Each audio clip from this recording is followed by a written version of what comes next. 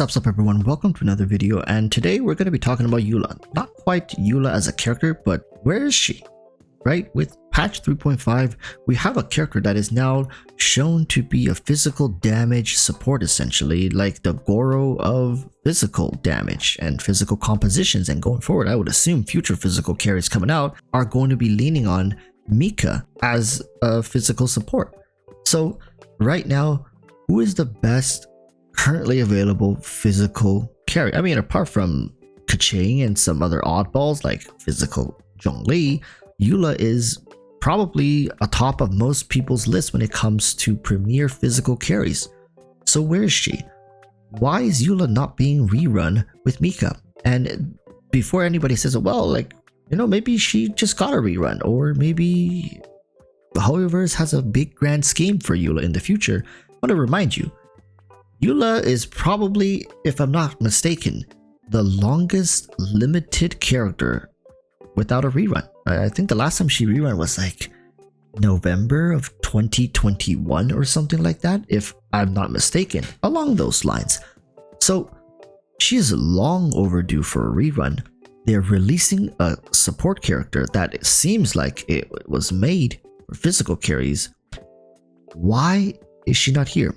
And in this video, I'll offer you guys two essential solutions, that, or at least possible reasons as to why I think Hoyoverse have decided to continue postponing Eula's rerun. Now, number one is that Eula is not the unit that Mika was designed for. In fact, Mika helps Eula, but isn't released just to sell Eula, or just for Eula, or just to boost up Eula. Now, remember, a single character is not going to change the entire dynamic of a certain character. Now, for the most part, additional characters' supports are supposed to facilitate the other main carries' playstyles, not to completely overhaul them.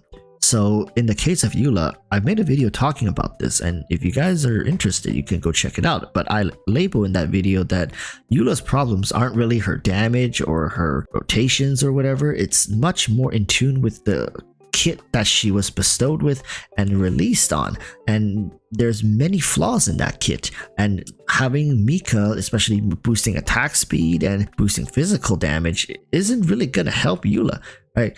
Eula doesn't lack damage, she has a ton of damage, but it's how you dish that damage to the enemies that really makes it somewhat difficult to pilot her, right? Now, that's number one, that Mika wasn't designed for Eula. In fact, Mika may be designed for a future physical DPS that's coming down the line.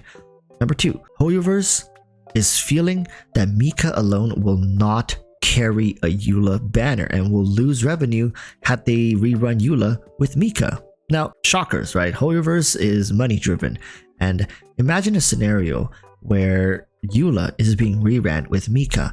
Realistically, like, let's be honest, apart from the people who really want Eula and are gun-hoing for C6 Eula R5, how many people are really going to be mobilized to pull for a physical damage carry in this current era of Genshin Impact?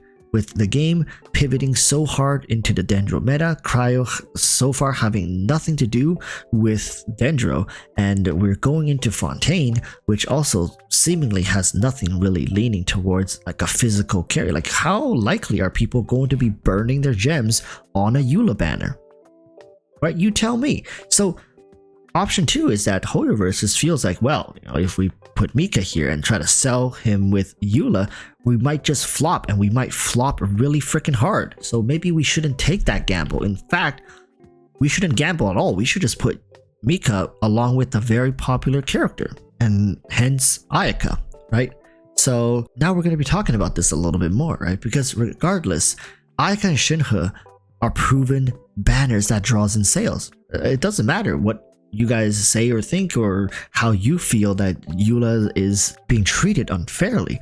At the end of the day, there's a good chance 90% of the people watching this video are not going to be pulling for Eula, right? So using characters that have proven banner sales is a legitimate business strategy by Hoyoverse. And there's one thing that you guys may not know, right? In fact, in CN, and this is true, whales actually hold C6 Ayaka and C6 Shinhe in very high regards, even going as far as calling them a god combo. I know, like, any C6 character together sounds like a pretty damn good god combo, but especially C6 Ayaka and C6 Shinhe. These two characters together are actually known as a C12 unit in the game, in CN. They constantly refer to this as 12 命, which is C12. And I'm telling you guys, I made other videos talking about how HoYoverse have since tried to make more C12 units, basically pairing two very well established characters together and incentivizing both of their C6s to Giga Whales to continue funding their game. And they were not successful with the second C12 unit they tried to make in the game. But however, Ayaka Shinhe C6 has been selling like hotcakes, especially among CN whales. I don't know what it is about these two characters that's so charming. Maybe in the future, if you guys are interested, I can make a video talking about C12. All right, so moving forward, the fact doesn't change, right? Eula hasn't been seen in the longest time. And in fact, this video is firstly prompted by the fact that Eula has not got a rerun in so damn long. And secondary, we have to ask the question is, how come not even with Mika? Now, a lot of people would be saying that, oh, well, Walrus, Kazuha didn't have his rerun until like around a year later after his release. But people, I want you to know that Eula is by no means similar when it comes to Kazuha, and the reason for her delay could be said to be the entire polar opposite of why Kazuha was delayed. Kazuha being a unit that was so sought after and so few people had. Like, in retrospect, if you looked at the numbers during Kazuha's initial banners, the guy didn't really sell that well. I mean, he sold something, but it wasn't impressive. And HoYoverse, throughout multiple patches, laid on the FOMO for people, showing them how big of a mistake it was to skip Kazuha. And a lot of us content creators had a hard slap in the face by the community. Like, how dare you guys tell us to skip Kazuha? Do you guys not see how insane of a unit he currently is, right? And it's interesting because when Kazuha was first released, him and Venti actually shared the Anemo spot, because during the Abyss at the time, Kazuha wasn't really that much better than Venti. Looking back at it, he was a good unit, but by no means replacing Venti had the meta just stayed the way it was. How foolish of us, right? The meta changed, many things has moved on, and since never really reverted, and Kazuha has just gotten better and better, while Venti continued to degrade and fall down far into the void. So HoYoverse just hammered home on the FOMOs, like, well, you guys decided to skip him and we're gonna punish you for it. So you guys better prep your primo gems, or we're gonna drop him when you least want us to drop him, so we can squeeze as much of your primo gem savings out as humanly possible. And that's what they did. Eula, very much the opposite.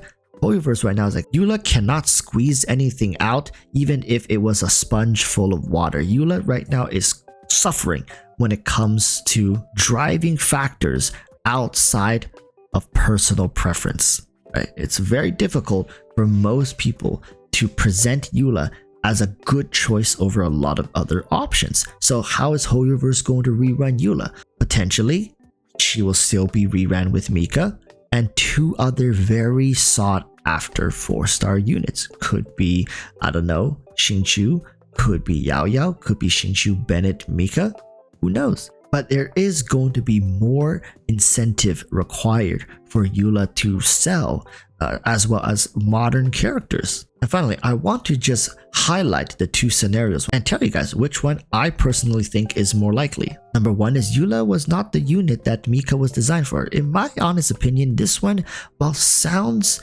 probable, but it's difficult for me to think that, well, they have a popular 5-star unit in Eula, which a lot of people have already invested into, and they can continue milking the Eula mains through Mika. So it doesn't make much sense that they're just going to abandon Eula and say, well, Mika is not really going to work well with her. I think Mika's going to work decently well with Eula. It's not like Mika's just going to flop with Eula completely and be like, nah, I don't want to work with you.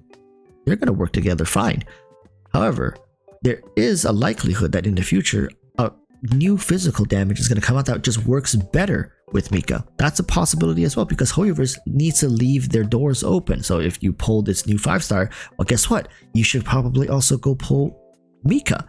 That's the kind of setup they want to have. Now, Mika may not necessarily be made for Eula, but that doesn't mean Mika doesn't work with Eula. Okay, so let's get that clear. Number 2 is that Hoyoverse is feeling Mika alone will not carry the Eula banner. I think this one is far more likely than the prior one, right? Like a niche unit that is designed for one of the most niche carry playstyles in the game. Doesn't feel like a recipe for high sales. So all in all, I personally think that Hoyoverse just did not think they're going to make much money if they reran Eula with Mika. And before people comment down in the comment section being like, oh, well, Walrus, that's such a stupid way to think about it, because of course they're going to make a lot of money because it's a physical damage support. Don't we all want a physical damage support?